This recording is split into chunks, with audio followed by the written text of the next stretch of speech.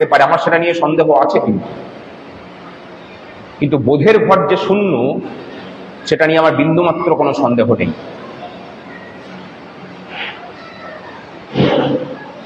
আমি ততক্ষণ পর্যন্ত এটা বলতে পারি না আমার বাকি সহকর্মীদের যে স্কুলটাকে ভালো করে চালাতে হবে, ভালো করে সময় দিতে হবে, ছেলেপিলেদের মানুষ করতে হবে, আমি নিজেই কাজ করি না, আমি বাকিদেরকে বলবো কিভাবে? যে কারণে ফাঁকা জায়গা থেকে বলাগুলো আসছে। যে মানুষ তার নিজের ছেলেটাকে বেসরকারি স্কুলে পড়ান, তিনি ভালো শিক্ষকের শর্ত দিচ্ছেন যে আপনারা যদি নিজেদের ছেলে মেয়েগুলোকে সরকারি জায়গাতে পড়াতে না পারেন, তাহলে আপনারা ভালো শিক্ষক কি করে? বাবা, ভালো শিক্ষক তুমি আগে হয়ে দেখাও। যদিও আমি ব্যক্তিগতভাবে বিশ্বাস করি যে আমাদের ছেলে মেয়েদের সরকারি জায়গাতেই পড়া উচিত। আমি যদি আমার সহকর্মীর প্রতি বিশ্বাস রাখতে না পারি যে হ্যাঁ আমার ছেলেটাকে উনি মানুষ করতে পারেন, তাহলে বাকি লোকেদের ছেলে মেয়েরা আমাদের কাছে পাঠাবে কেন? যে কথাটা নৌসাদ সিদ্দিকী বলেছেন, আমি সর্বান্তকরণে সমর্থন করি, আমাদের সংগঠনও করে। এই রাজ্যের প্রত্যেকটা আধিকারিক, প্রত্যেক জনপ্রতিনিধি, প্রত্যেক শিক্ষক শিক্ষিকাদের উচিত তাদের সন্তান সন্ততিদেরকে সরকারি স্কুলে ভর্তি করা। শিক্ষা ব্যবস্থার ভোলটাই বদলে যাবে।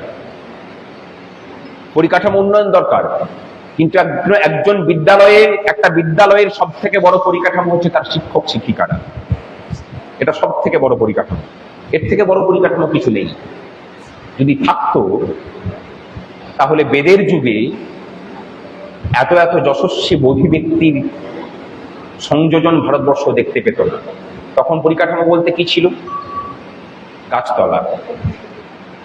বাদ দিয়ে দিন, বেদের যুগ না হয় কল্পনার জায়গাতে চলে গেল। সেই বেদেরই পরিমার্জিত রূপ হচ্ছে বিশ্বভারতী। কারা কারা সেখান থেকে বেরোচ্ছেন? তৎকালীন যুগের এমন কোনো বড় মানুষ ছিল না যার বিশ্বভারতীর যোগ ছিল না। কোথায় পাঠদান হতো? গাছতলায় বসে। পরিকাঠামো কি?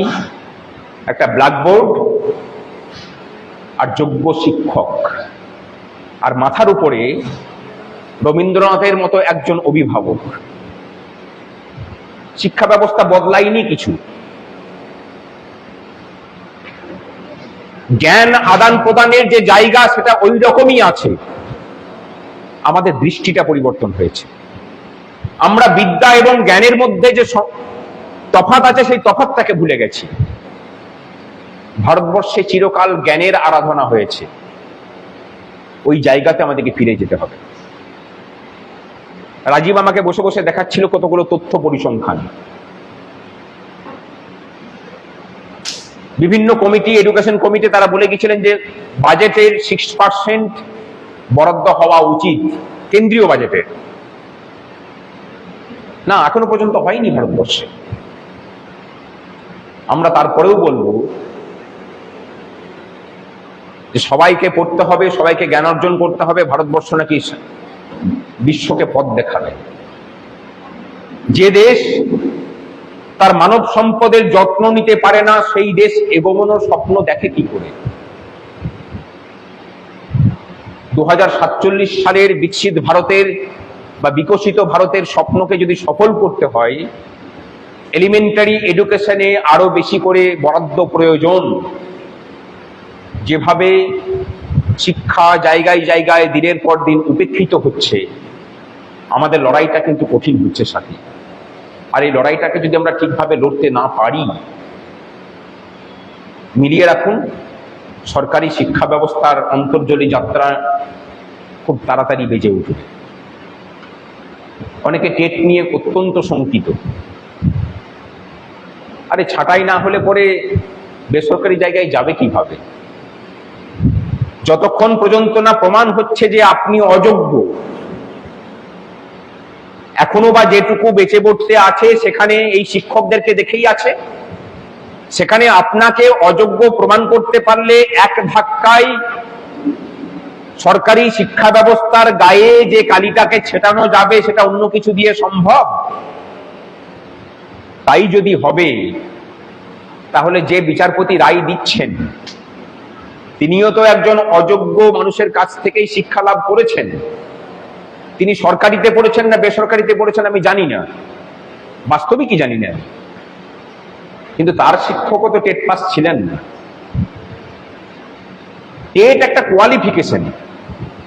কি আপনি বাবা, এটা হচ্ছে একটা গেট, এই গেটে পেরোতে গেলে তোমাকে এই টিকিটটা লাগবে, টেট পাস সার্টিফিকেটটা হচ্ছে সেই টিকিট। এই টেট পাস এবং নন টেট পাসের মধ্যে শিক্ষাদানের যোগ্যতার কোনো তফাৎ আছে বলে আমার অন্তত জানা নেই। হয়তো মাননীয় বিচারপতি জানা থাকতে পারে, কারণ বিচারপতিদের তো কানেকশন মাঝে মাঝে মঙ্গল গ্রহ থেকে আসে, অনেক কিছু জানতে পারেন তারা হয়তো জানবেন। আর বাস্তবটা আমি জানি যে শিক্ষার সাথে শিক্ষকদের সাথে তাদের ন্যূনতম কোনো যোগাযোগ নেই। যদি যোগাযোগ থাকতো তাহলে শিক্ষকদের প্রতি এই অসম্মান বোধ বিচারকের চেয়ারে বসিয়ে দেখানো যেত না। যেটা করেছেন, এই দেশের লক্ষ লক্ষ শিক্ষককে অযোগ্য বলে আসলে আপনি নিজের অযোগ্যতাকে প্রকাশ করেছেন। টেট নিয়ে লড়াইটা শেষ হয়নি, আমরা সর্বভারতীয় লড়াইয়ের জন্য তৈরি হচ্ছি। আপনাদেরই সকলের যোগদানে উত্তার ইতিহাসে সর্বোচ্চ জমায়েত গত 12 তারিখে দেখিয়েছেন আপনারা। আমরা বিশ্বাস করি তার থেকেও বড় জমায়েত করার ক্ষমতা আমরা রাখি। টেট থেকে সমাধান হবে, নিশ্চিতভাবেই হবে। সংগঠনের সাথে থাকুন, সংগঠনকে শক্তিশালী করুন, টেট নিয়ে চিন্তাটা সংগঠনের উপরেই ছাড়ুন। 2017 সাল নিয়েও আমরা মামলা রেডি হচ্ছে, সেটা করতে চলেছি সুপ্রিম কোর্টে। 2017 সালের সংকটও কিন্তু শুধুমাত্র 2017 সালের নয়, আমি মনে করি সেটাও একটা শিক্ষা ব্যবস্থার সংকট। আমাদের সকলের এগিয়ে আসা প্রয়োজন তাদের পাশে থাকার জন্য। আর 1 বছরের ট্রেনিং নিয়ে যারা শিক্ষকতা করছেন, 31/12/2005 আগে যাদের যোগদান, তাদেরকে বিভ্রান্ত করে তাদের কাছ থেকে পয়সা কড়ি নিয়ে নিজেদের দলীয় ফান্ড ভরাট করার একটা চক্রান্ত শুরু হয়েছে। এই রাজ্যের শিক্ষক শিক্ষিকাদেরকে বলি যে নিশ্চিত থাকুন। আচ্ছা, আপনারা যে 1 বছরের প্রাইমারি টিচার্স ট্রেনিং করে চাকরিতে যোগদান করেছিলেন, আপনি যোগদানের প্রথম দিন থেকে ক্যাটাগরি পাচ্ছেন। কেন পাচ্ছেন? আপনাকে সরকার দয়া করে দিয়েছে। এনসিটি আপনাকে ছাড় দিয়েছিল, সেই ছাড় অনুযায়ী আপনি 1 বছরের ট্রেনিংটার জোরেই এ ক্যাটাগরি পাচ্ছেন। যারা প্রশ্ন করছেন আপনার 1 বছরের ট্রেনিং এর জন্য আপনি টেটে বসতে পারবেন না, তাহলে আপনি তো টেট দেওয়ার জন্য মানসিকভাবে প্রস্তুত হয়ে গেলেন, 1 নাম্বার। দ্বিতীয় নাম্বার হচ্ছে, ইন সার্ভিসদের টেট দেওয়ার জন্য কি কি শর্ত পূরণ করতে হবে সেটা কোথাও লেখা আছে? কোথাও লেখা নেই। তাহলে আপনাকে যারা বলছেন যে ভাই কেস না করলে তুমি টেট দিতে পারবে না, তোমাকে 1 বছরের ব্রিজ কোর্স করতে হবে বা 2 বছরের আবাসিক কোর্স করে নিতে হবে তোমার চাকরি বাঁচানোর জন্য, সেই সব শিক্ষা আধিকারিকদের প্রতিও আমার করুণা হয়। ধরুন আপনি 2 বছরের আবাসিক কোর্সে গেলেন, কোর্স শুরু হবে কখন? আগস্ট মাস থেকে। শেষ হবে কখন? 2028 সালের জুলাই মাসে বা জুন মাসে। তারপরে রেজাল্ট বেরোবে, আপনি তাহলে পরীক্ষা দেবেন কখন? আপনি টেট পাস করতে না পারলে আপনার চাকরির মেয়াদ কতদিন পর্যন্ত আছে?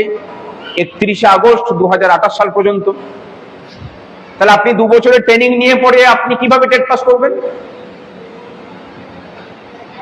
মানে যেমন দেশ তার সেই রকম মন্ত্রী, তার সেই রকম শিক্ষা প্রশাসন, সব মিলেমিশে একদম একাকার হয়ে গেছে। সামান্য কিছু টিচারের সারপ্লাস অ্যাডজাস্টমেন্ট হবে, সেটাকে নিয়ে শিক্ষা ব্যবস্থার লেজেগোবুরে অবস্থা। ঠিকই করতে পারছেন না যে কোথায় হাত দেবেন আর কোথায় ছাড়বেন। আসলে সহজ জিনিসকে সহজভাবে না ভেবে যখন আমরা জটিলভাবে ভাবতে যাই, তখন এই রকম জটিলতা আমাদের প্রতি অঙ্গে প্রত্যঙ্গে জড়িয়ে থাকে। সেটাকে নিয়েও আমাদেরকে ঠিক করতে হবে। আমাদের যে ধারণাটা আছে সেই ধারণারও কিন্তু বদল দরকার। আরটিই অ্যাক্ট 2009 কি বলছে? একটা বিদ্যালয়ে মিনিমাম 30:1 রেশিওতে ছাত্র এবং শিক্ষক থাকবেন। একটা বিদ্যালয়ে ন্যূনতম, একজন প্রাথমিক বিদ্যালয়ে বলছি, ন্যূনতম 2 জন শিক্ষক থাকতেই হবে। ম্যাক্সিমাম কত থাকবে সেটা কিন্তু বলা নেই। কোথাও বলা নেই যে আপনার বিদ্যালয়ের ছাত্রছাত্রীর সংখ্যা যদি 59 হয়ে থাকে তাহলে সেখানে 4 জন শিক্ষককে রাখা যাবে না। বলা আছে যে সেই বিদ্যালয়ে 2 জনের নিচে শিক্ষক শিক্ষিকা থাকতে পারেন না। এখন এই 2 জনটাকেই এরা ম্যাক্সিমাম ধরে নিয়ে কাজ করছে। এই জায়গাটাকে চ্যালেঞ্জ করা প্রয়োজন। আমরা প্রস্তুত হচ্ছি, মন্ত্রীর সাথে বসার কথা আছে, বসবো, বলবো, তিনি যদি শোনেন তো ভালো, না হলে হাইকোর্টে টেনে নিয়ে আসবো। আমরা ডিটারমাইন্ড হয়েছে এটা নিয়ে। আমরা বলেছিলাম, আপনারা বলেছিলেন, কর্মচারীদের শিক্ষকদের সাথে লড়াই করে কোনো সরকার টিকে থাকেনি, টিকে থাকেও না, টিকে নেইও, ভবিষ্যতেও থাকবে না। মজাটা কোথায় জানেন তো? অনেকে বলছেন আরে আমরা লড়াই করলাম, অন্য কেউ ফল ভোগ করে নিয়ে গেল। বলছেন কারা? যে শিক্ষক শিক্ষিকারা কোনোদিন লড়াই গেলেন না। গ্রান্টিনেডের অর্ডার হলে পরে আপনি আপনার পেনশনটা কত টাকা এরিয়ার পাবেন, যারা রেগুলার লড়াইয়ে যায়, ধরুন অনিরুদ্ধ বলতে পারবে তুমি কত টাকা পাবে, হিসেব করেছো? যে একদিনও যায়নি সে কিন্তু হিসেবটা করে রেখেছে।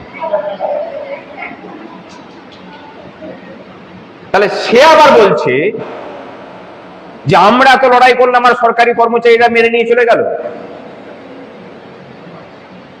এটা হচ্ছে বাঙালিদের টিপিক্যাল দৃষ্টিভঙ্গি। আরে পূর্ণিমা চাকরি করে, আমিও ধরুন চাকরি করি, আমি কথার জন্য বলছি, বেসরকারিতে চাকরি করি, একই পদে আছি। বেসরকারিতে প্রতি বছর পারফরমেন্স অডিট হয় এবং তার সেই অনুযায়ী ইনক্রিমেন্ট হয়। এবার ধরুন পূর্ণিমার বস পূর্ণিমাকে 20% দিয়েছে, আর আমি হয়তো তার থেকে বেশি কাজ করে আমি 10% পেয়েছি। আমি কিন্তু টেবিল চাপড়ে গিয়ে পরে বলবো না যে আমি পূর্ণিমার থেকে বেশি কাজ করি, আমার 25% পাওয়ার কথা। আমরা বাঙালিরা কিরকম, আমরা গিয়ে পরে বলবো যে আমাকে 10% দিয়েছেন, কোনো অসুবিধা নেই, পূর্ণিমাটা 20% থেকে 10% করে দিন। বাঙালিদের এই চরিত্রের বদল হওয়া প্রয়োজন। আমি আমার অভিজ্ঞতা বলছি, শহীদ মিনারে বসে আছে কয়েকদিন আগে, সন্ধ্যেবেলাতে গেছি, একদল অস্থায়ী কর্মচারী এসছে, তাদের রাগ তাদের সাথেই কাজ করা আর একদল অস্থায়ী কর্মচারীদের নিয়ে। আমি অনেকক্ষণ ধরে শুনলাম, আর অন্যের এই চরিত্রের কোনো লোক এলে পরে আমরা বড় ইরিটেট হয়। আমি ধৈর্য ধরে সবকিছু শুনছি টুনছি। আপনারা কি চাইছেন? আপনাদের বেতন বাড়ুক, ন্যায্য বেতন চাইছে না? আমরা কিছু চাইছি না, ওদের যেন কিছু না।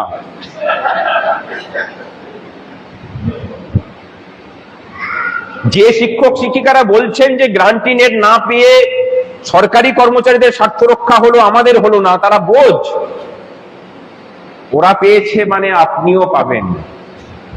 সরকার ডিসক্রিমিনেশন করতে পারে না, সেটা লাস্ট দিনে যে জায়গাটা ফিল আপ করেছে, যেটাকে নিয়ে অনেক হইচই হচ্ছে এখন, এবং বিশেষ মতাদর্শবাদী লোকেরা বোঝানোর চেষ্টা করছেন আরে ভাস্কর ঘোষ দিকে সাপোর্ট দিয়েছেন আর দেবেন, এরা তলায় তলায় বিজেপির এজেন্ট ছিল। বিষয়টা হচ্ছে যে যদি আমাদের অষ্টম সরকার গঠিত না হয় তাহলে মমতা ব্যানার্জিই থাকুক, তার বাইরে অন্য কোনো সরকার যেন আনবেন না আপনারা। বাস্তবটা তাই। যত ভোট আসবে, এখন আবার শুনছি বাজারে রটছে আর কি, যে আমি নাকি রাজ্যসভাতে দাঁড়াচ্ছি। 2023 সাল থেকে আমি যে কত ইলেকশনে লড়লাম আমি নিজের ইয়ত্তা নেই। শুধু পঞ্চায়েত ইলেকশনে দাঁড় করাইনি আমার বাপের সৌভাগ্য, আর দুর্গাপুর পৌরসভার ইলেকশন হয়নি। পৌরসভা ইলেকশন হলে পর আমাকে মেয়র বানাবে শিওর। বিধানসভা, লোকসভা, বিধানসভা আমাকে শিক্ষামন্ত্রী বানাচ্ছিল, কোন আসন থেকে দাঁড় করাবে সেটাও ঠিক হয়ে গেছিল। দুর্গাপুরে যখন বিধানসভার প্রার্থী দিতে অনেক দেরি হচ্ছে, তারা রটিয়ে দিলেন, ওটা ভাস্কর ঘোষ আটকে রেখেছে, নিজের জন্য জায়গাটাকে ফাঁকা করছো, আপনারা ওর হয়ে লড়াই করছেন, বুঝতে পারবেন। বলছি ভাস্কর ঘোষটা কারোর হয় না, না শাসকের না বিরোধীদের। আমি ব্যক্তিগতভাবে যখন বাংলাদেশের আন্দোলন নিয়ে কটাক্ষ করেছিলাম, আমাকে গালাগালি করেছিল বহুজন, প্রমাণ হয়েছে যে ঠিক জায়গায় ছিলাম। সাম্প্রতিক যে ঘটনা ঘটেছে, আমি ব্যক্তিগতভাবে মতামত দিচ্ছি, শিক্ষামন্ত্রীর পদত্যাগ অনেক আগে করা উচিত ছিল, দায় নিয়ে করা উচিত ছিল। কিন্তু শিক্ষামন্ত্রীর পদত্যাগের সাথে সাথে নিট দুর্নীতির মূল উপড়াবে না। শিক্ষা ব্যবস্থার পরিবর্তন দরকার। একটা পরীক্ষা নিয়ে যখন তুমি এই রকম কোনো কম্পিটিটিভ এক্সামের মধ্যে দিয়ে কোনো ডাক্তারি ইঞ্জিনিয়ারিং এর দরজা খুলে দেবে, আর সেটার দায়িত্ব যখন কোনো কর্পোরেট সংস্থাদেরকে দেবে, তখন সেখানে দুর্নীতি হবেই। এখনকার দিনে নিয়ম হয়ে গেছে, আপনি কোনো নামকরা কোচিং প্রতিষ্ঠান থেকে কোচিং না নিলে পরে আপনার জন্য ইঞ্জিনিয়ারিং এবং ডাক্তারির রাস্তা বন্ধ। সংস্কার প্রয়োজন। সংস্কারটা কি? আপনার একাডেমিক যে মার্কস, সেই মার্কসের ভিত্তিতে বেশি করে নাম্বার পাবেন, আর যে পরীক্ষাটা হবে সেই পরীক্ষার নাম্বার কম থাকুক। 60-40 বা দরকার হলে 70 এবং 30 ভাগ হোক। নিটের মতো যে পরীক্ষা হচ্ছে সেই পরীক্ষাতে 30 নাম্বার থাকুক। 100 নাম্বারের পরীক্ষা হোক, কিন্তু সেটা 30 রেশিওতে যুক্ত হোক। আর আপনি মাধ্যমিক উচ্চ মাধ্যমিকে কত নাম্বার পাচ্ছেন সেটার ভিত্তিতে আপনার 70% নাম্বার যুক্ত থাকুক। দেখুন, দুর্নীতি বন্ধ হয়ে যাবে। যারা আন্দোলনের নাম করে পার্লামেন্টকে আক্রমণ করে, প্রধানমন্ত্রীকে আক্রমণ করেন, মুখ্যমন্ত্রীকে আক্রমণ আমরাও করেছি। আমাকে বারবার করে বলতেন, আপনি মাননীয়া বলেন কেন, মাননীয়া মুখ্যমন্ত্রী কেন বলেন? আমি বলি যে তাদেরকে বলেছিলাম, কারণ আমরা অধম হতে পারি না। এখনো বলছি, আমাদেরকে অনেকে বলছেন যে ওই রকম আন্দোলন করতে পারে না, ওই রকম আন্দোলন আমরা করব না। আমরা শিক্ষক, আমাদের একটা ডিগনিটি আছে, আমরা গিয়ে ওই ধরনের কথাবার্তা বলতে পারি না।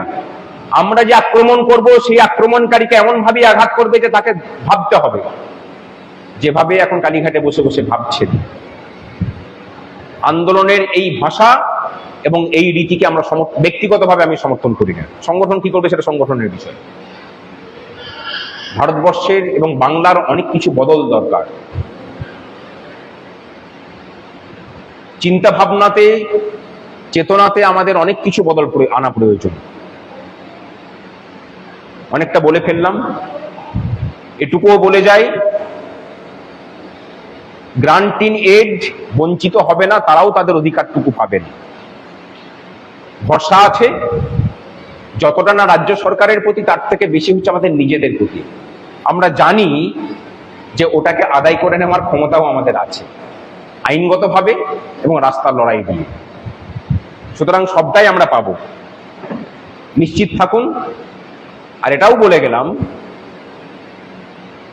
যে শিক্ষা সংক্রান্ত প্রাথমিক শিক্ষকদের নিয়ে যা কিছু অন্যায় হবে, এই সংগঠন বুক দিয়েই লড়াই করবে। আমরা কোনো রাজনৈতিক দলের অংশীভূত নই, কোনো রাজনৈতিক দলও আমাদেরকে পরিচালিত করে না। আমরা আমাদের রাস্তা আমরা নিজেরা ঠিক করি। সেটা সেই দিনে অনশন করে যারা প্রমাণ করেছিলেন, তাদের রাস্তা ধরেই সংগঠন চলছে। হ্যাঁ, তাদের সংযোজন বিয়োজন হয়েছে, অনেক অনশনকারী আমাদের সঙ্গ ত্যাগ করেছেন, আছেন। আমরা কৃতজ্ঞ চিত্তে তাদের সকলকে স্মরণ করছি। অনশনকারীরা ভালো থাকুক, রাজ্যের আপামর প্রাথমিক শিক্ষকরা ভালো থাকুন, আমাদের শিক্ষার্থীরা ভালো থাকুক। আর চলুন আগামী দিনের উপযুক্ত করে শিক্ষার্থীদেরকে তৈরি করার জন্য আমাদের নিজেদের যেটুকু সক্ষমতা বৃদ্ধির প্রয়োজন, আমরা প্রতি মুহূর্তে সেই আপগ্রেডেশনটা নিজেদের করি। লড়াইটা খুব কঠিন। অবৈতনিক শিক্ষাকে রক্ষা করতে হবে, তার জন্য আমাদের লড়াই লড়তে হবে। আর নতুন যে চক্র কমিটি হয়েছে, তাদের সকলের কাছে অনুরোধ যে আমি বাস্তবিকই চক্রের সময় দিতে পারি না।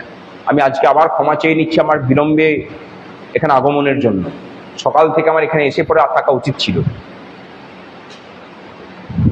ক্ষমা করবেন তার জন্য।